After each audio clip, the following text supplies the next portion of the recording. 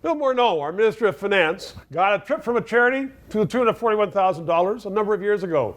Then later on, in Cabinet, he approves a grant to that charity for over $900 million for them to distribute to students. Should there be charges? We are joined now by Lisa Jørgensen. She is a criminal defense lawyer in Toronto. We are broadcasting from Secret on Top George Restaurant. Lisa, thanks for joining us.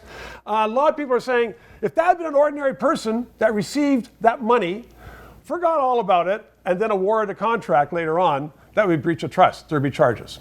Yeah, the forgot all about it, though, is that, that's the big problem, right? If somebody had received some money and then they forgot all about it, it's very hard to prove mens rea. You got to prove that somebody actually intended there to be that quid pro quo, and that's where I think there might be an issue in terms of the criminal standard of proof for this situation. Okay, so mens rea is a guilty mind. Yeah. So, but isn't it not up to investigators to see whether in fact there was a guilty mind? It's hard to believe that someone forgot about getting a gift of $41,000 and then you see the name on a cabinet paper and say, oh, we're giving them $900 million to distribute. Yeah, I hear you. I guess if you take Minister Morneau's side of the story, and I don't know what happened, but Right. he claims, look, I went on this trip, I thought we personally reimbursed everything, so there was no gift to me, and so there is no conflict there potentially.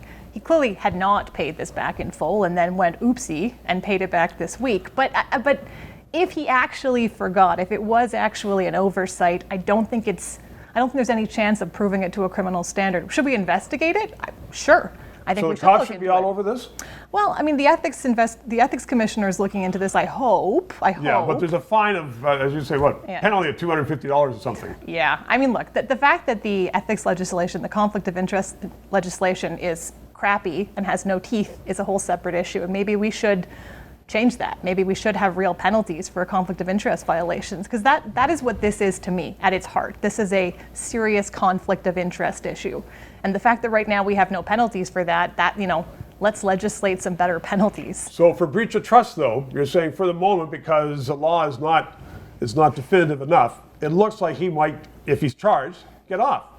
Yeah, it depends on what you say by get off, right? Because, yes, $250 to Bill Morneau is literally nothing. $250,000 is Yeah, nothing. I've never known what it's like to have the kind of money that he has, but I assume it's not a big deal to have a Right. $250 fine. But there are calls for his resignation. There are, the sanction Is this not of this. the big liberal privilege, and the white-collar crime, and they get away with it while little people would not? Yeah, the difficulty is there's no little people in these kind of positions that are allocating these kinds of contracts. But yeah, I hear you. Like, as a criminal defense lawyer, I'm really torn, right? I'm torn. On the one hand, I think we should criminalize less. But if we're going to criminalize anybody more, it should be white-collar criminals, people that are in positions of authority that do know better. But I don't think the criminal law should be used for, these broad purposes. We have other regulatory acts. Let's do it. Okay, Lisa Jørgensen, thanks very much. A little bit over 3 minutes, but that's good. Thanks. Thanks for having me. Thank you for watching.